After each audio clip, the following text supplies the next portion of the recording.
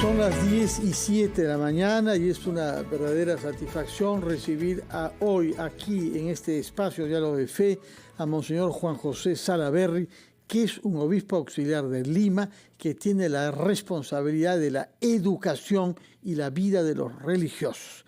Educación quiere decir esta enorme red de colegios en todos los niveles, colegios y universidades de inspiración católica que existen en nuestro país como un servicio que la Iglesia hace a la comunidad. Monseñor Salaverry, muy buenos días y gracias por estar con nosotros en RPP. Gracias, Fernando, por tu saludo y por el aprecio que tienes a la Iglesia de Lima, invitándonos sábado a sábado a compartir la palabra. Ustedes son los que deben ser agradecidos porque hacen tanto y a veces no lo dicen lo suficiente que nosotros, periodistas, queremos difundir lo que se hace de bien. Todo el compromiso de la diócesis, naturalmente por la vida espiritual de los limeños, en este caso la Arquidiócesis de Lima, sino también la ayuda social que dan, y no nos hemos cansado de repetirlo acá, las ollas comunes. Lo digo porque nos lo han dicho las dirigentes, el apoyo que la Iglesia con mucha paciencia, con mucha tenacidad ha hecho, recogiendo comida, solicitando donaciones, llevándolas a las ollas comunes, como corresponde por el mensaje del Evangelio, ¿no? Ayudar, darle de comer al que tiene hambre, ¿no? De manera discreta, desde distintas áreas, venimos trabajando por la evangelización, pero la preocupación de la Iglesia no solamente es la evangelización y la parte cultural, sino también una preocupación grande por el hombre. Y por eso, lo que tú dices, las ollas comunes, el trabajo que se hace en Cáritas, es muy valioso, silencioso, pero muy valioso. Pero también otras áreas, como te habrán dicho algunos de mis antecesores, el domingo pasado hemos tenido una jornada para jóvenes en el día de Pentecostés, una jornada dirigida por Monseñor Cornejo, que ha realmente animado la vida de fe de los jóvenes. Interesante porque también todos los ancianos de Canevaro, del asilo Canevaro, salieron al paseo de aguas para participar en este encuentro con los jóvenes. Que culminó con un concierto. Que culminó con un concierto. A los jóvenes, la música. Culminó, ¿no? Con un concierto y los ancianitos de Canevaro se fueron porque ya mucho frío. Claro, como es natural. A propósito de jóvenes y su, digamos, tarea y su experiencia como educador, ¿qué es lo que esperan recibir de la Iglesia? Porque muchas veces uno ve jóvenes que no ha recibido en sus familias, lamentablemente, con frecuencia disfuncionales, nada que no sea consumismo, angustias de la vida, el dinero y valores superficiales. Y a esto se añade el mal ejemplo que ven de los políticos y dirigentes, que parecen muchos de ellos dominados por la codicia y en consecuencia incurriendo en corrupción. Es muy interesante porque lo que me preguntas, porque a pesar de todas estas situaciones que tú has presentado, hay en los jóvenes un espíritu de fe, un espíritu espiritual, un espíritu religioso, que tiene que ser alimentado y fortalecido por la misma vida de la Iglesia, pero de la Iglesia no solo institucional, sino de la Iglesia doméstica formada por la familia y formada por los laicos. Los jóvenes, cuando ven un proyecto eclesial bien diseñado, se sienten entusiasmados, atraídos y se sienten comprometidos con estos proyectos. Y es por eso que los jóvenes no pueden ser la reserva de la Iglesia, ni se puede decir de ellos que es la esperanza de la Iglesia y dejándoles a ellos toda la carga. Necesitamos fomentar un verdadero entusiasmo en la experiencia de Dios, y los jóvenes de hoy, que a veces se van por distintas espiritualidades como la New Age y otras cosas, lo hacen porque en el fondo de su corazón hay un sentimiento espiritual que tiene que ser reencauzado. Nos ha dado mucho gusto, lo hemos conversado los obispos auxiliares, que aunque hemos terminado agotados el año pasado con las confirmaciones, el número grandísimo de jóvenes que se han confirmado y de mayores con espíritu joven que también han querido recibir la confirmación. Me ha tocado, en suerte, en una parroquia, confirmar 58 adultos, entre ellos señoras de 80 años que van con sus familias. Y que habían sido bautizadas, pero nunca recibieron el otro sacramento. Exactamente. Y que conservan esa lozanía y ese espíritu por querer recibir el Espíritu Santo. Y entonces creo yo que cuando la Iglesia se presenta con una perspectiva de trabajo, de fe, eso atrae mucho a los jóvenes. Bueno, nos ha hablado sobre el servicio que la Iglesia da para la espiritualidad, es decir, para la orientación en la vida en base a los valores más profundos que una persona puede adoptar como guía. Pero también hay un servicio material y muy material que ustedes están ofreciendo esta semana en particular, que es pedir que se done sangre. Porque para vivir necesitamos sangre, para operar a veces se necesita hacer transfusiones de varios litros de sangre, y para eso la Iglesia de Lima está comprometida con una campaña por la donación de sangre. Denos algunos detalles sobre eso. Justo hoy día estamos celebrando esta jornada de donación de sangre. Hay otras entidades del Estado que también lo están promoviendo, de salud. Futbolistas hemos visto esta mañana. Sí, lo acabamos de ver. Sí. Pero esta campaña de donación de sangre obedece al trabajo pastoral de un área en concreto, que es el área de salud, que junto con los Padres Camilos, hoy día desde las 8:30 hasta las 3:30 de la tarde, en Cefosa, en la segunda cuadra de la Avenida Brasil, un centro de formación que tienen los Camilos, se está recibiendo donaciones de sangre, sobre todo para nutrir de este elemento vital al Hospital del Niño y a otros hospitales donde nosotros estamos trabajando. Ahí está el cartel, ¿no? Usted está viendo ahí, dona sangre, dona vida, campaña arquidiocesana de la donación de sangre. Hoy, sábado de 9 hasta las 3 de la tarde, Centro de Formación San Camilo, Avenida Brasil 231 Cercado, y Banco de Extracción Hospital del Niño Breña. Querido Fernando, mira, dentro de poco, la próxima semana, vamos a celebrar Corpus Christi. Sí. El cuerpo y la sangre de Cristo. El cuerpo que nos alimenta, la sangre que nos redime, la sangre por la cual hemos recibido vida. Estamos acostumbrados a celebrar Corpus Christi con procesiones, estamos acostumbrados a celebrar Corpus Christi con la adoración del Santísimo. Pero una forma de vivir eucarísticamente es dar lo nuestro. Así como Cristo dio la sangre y lo celebramos en Corpus Christi, nosotros también dar nuestra sangre para dar vida a quien lo necesita.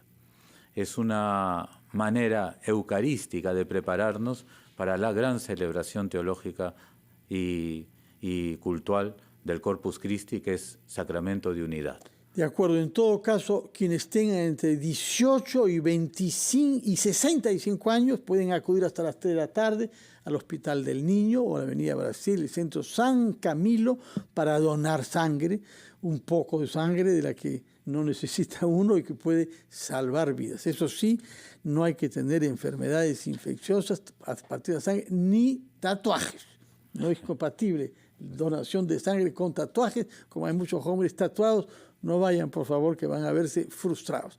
Vamos a hacer una pausa, después de la cual escucharemos palabras pronunciadas por el Papa en una catequesis esta semana en el Vaticano, y retomamos nuestra conversación con Monseñor Juan José Salaverry, obispo auxiliar de Lima, en particular sobre el pasaje del Evangelio de San Juan que se leerá mañana en la misa, en todas las misas, pero en la que él celebra o co-celebra en la catedral a las 11 de la mañana. Pausa y retomamos Diálogo de Fe.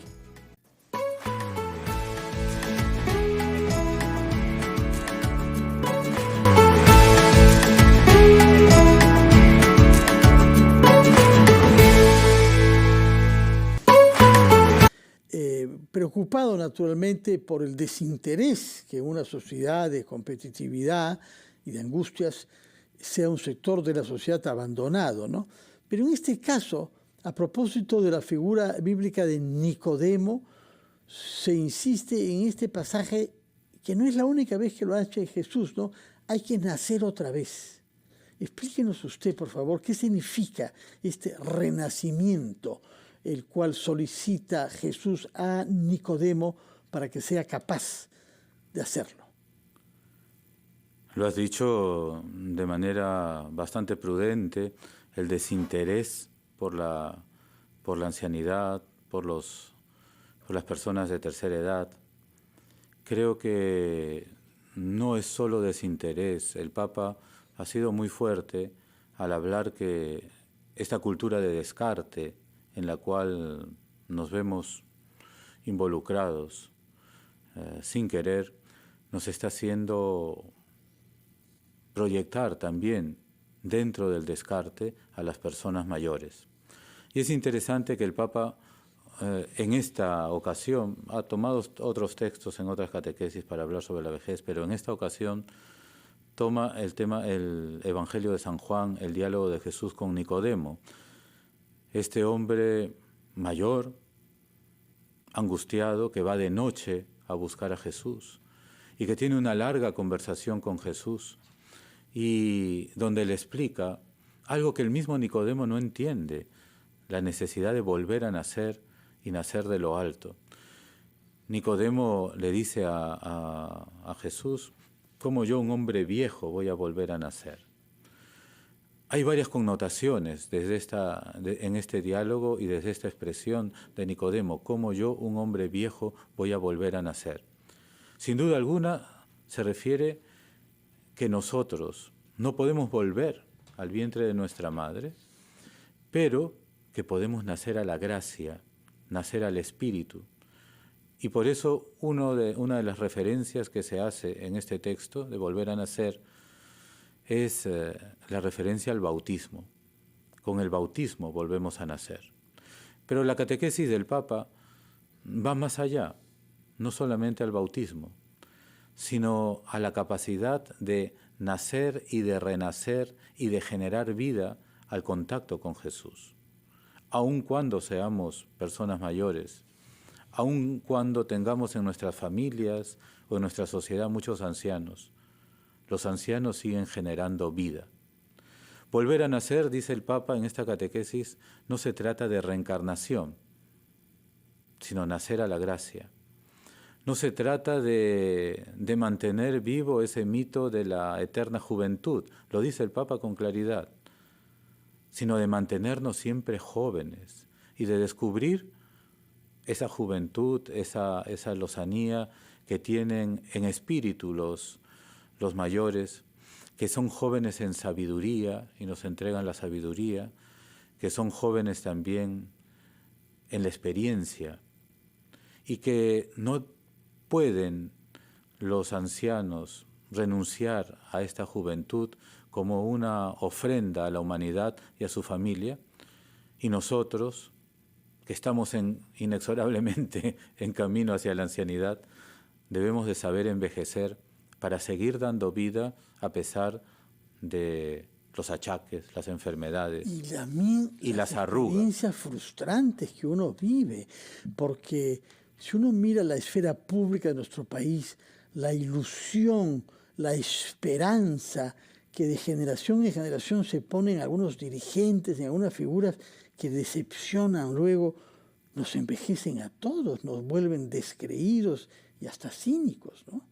Ciertamente, pero ahí también está el valioso aporte de los ancianos, de la gente mayor, que no solamente ha pasado esta crisis, sino que han pasado muchas crisis, defendiendo a sus hijos, defendiendo a sus familias y haciendo todo lo posible por lograr un Perú mejor. Sí, eso es cierto también. Y es una gran riqueza de esas generaciones pasadas que con valentía, heroísmo y con mucha fe han sabido sortear dificultades tan grandes o tan iguales a las que como pasamos lo que estamos ahora. pasando ahora. Monseñor, una palabra sobre el texto del Evangelio de San Juan, que usted va a comentar mañana, sin duda, en la misa de la catedral a las 11 de la mañana. Jesús se despide de sus discípulos y les dice que hay cosas que no comprenden ahí, pero que comprenderán gracias al Espíritu más tarde.